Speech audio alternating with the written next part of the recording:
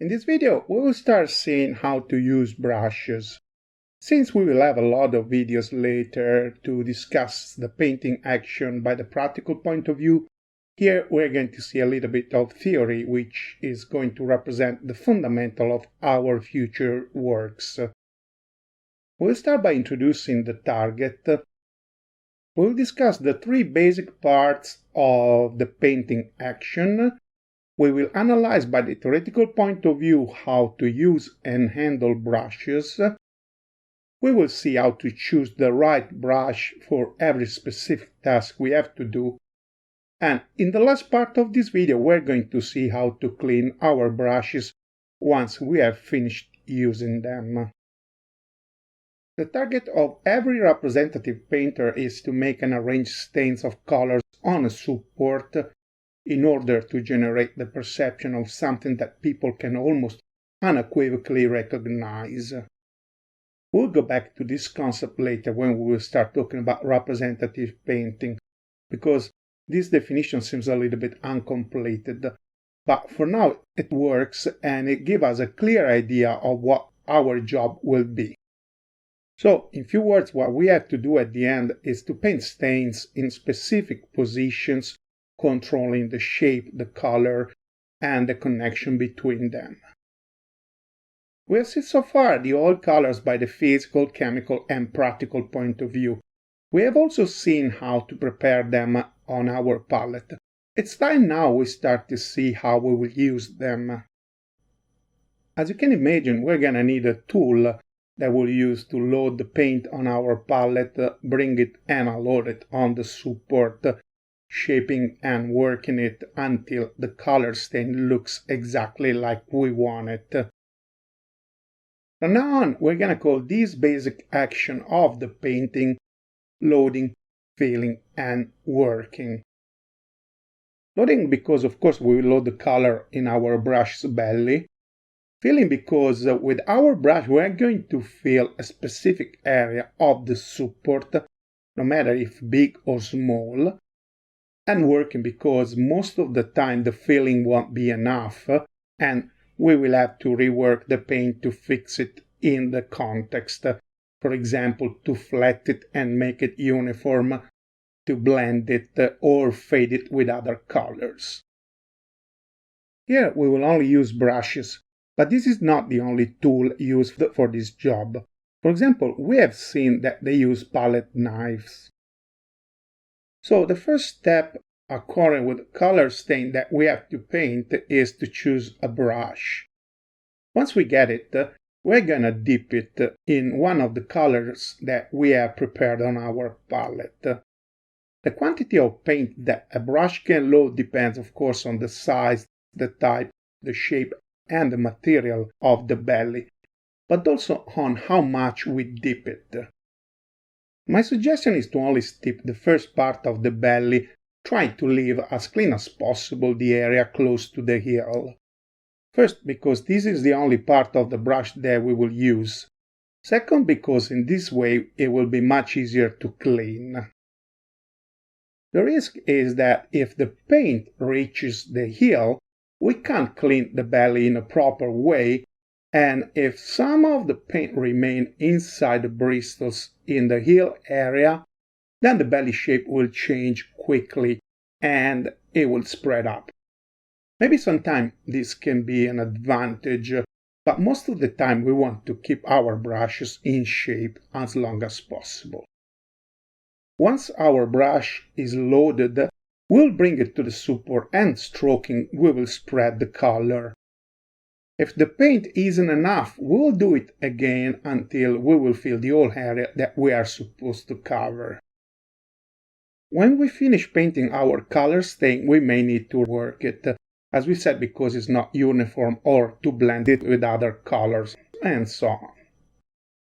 We'll have different videos later on how to work the paints on the support, so for now we will only focus on the two most important parameters that will influence our job: the stroke wideness and pressure.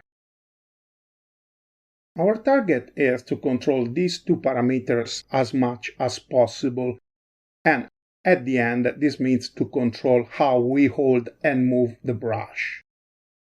There are three possible movements that our hands can transfer to the brush, and they are the rotation, the translation, and the last, that it's a combination of the first two, the rototranslation. We're going to see now how to hold the brush. The first thing that we have to say is that a brush is not a pen. And although many times we are going to hold it in the same way, there are other times when we are going to change the position. The first way is exactly how we take a pen, and with our finger we're gonna get it near its center of gravity. At the end, it's the most comfortable position to hold it. The second way is always to take it near its center of gravity, but in the opposite direction. Holding the brush in these two ways, we can actually paint and do anything. But in some cases, it's more convenient to move our hand far from its center of gravity. For example, we can move our hand close to the belly or in the opposite direction. In the first way, the wideness of the stroke decreases, while in the second way increase. There are cases when we want to control the pressure of the belly pushing on the support. It's important to know that it will be easier for us to decrease the pressure if we hold the brush far from the belly than if we hold it closer. In some cases, like for example when we want to level and make uniform a transparent pigment, we don't want to apply pressure at all. In this case, we are going to hold the brush exactly in its center of gravity, and we only translate it without rotation. Don't worry, we're gonna go deep in these things later when we're gonna talk about fundamentals. Now that we know by the theoretical point of view how we should use and handle our brushes, let's see how to pick the right one for every specific task that we have to do.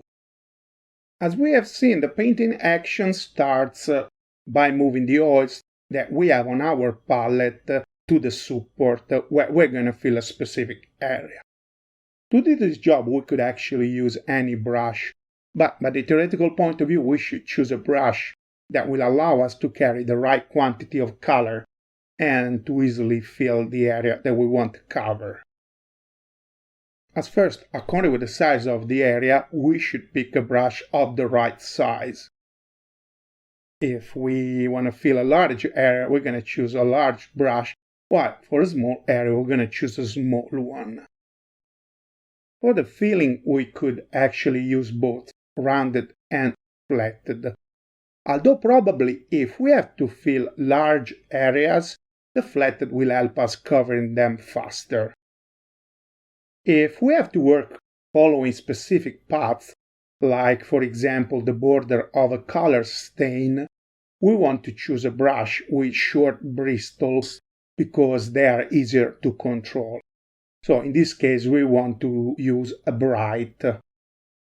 If we have to paint uniform and flat areas, we want to use a flat because the long bristles allow us to control better the pressure.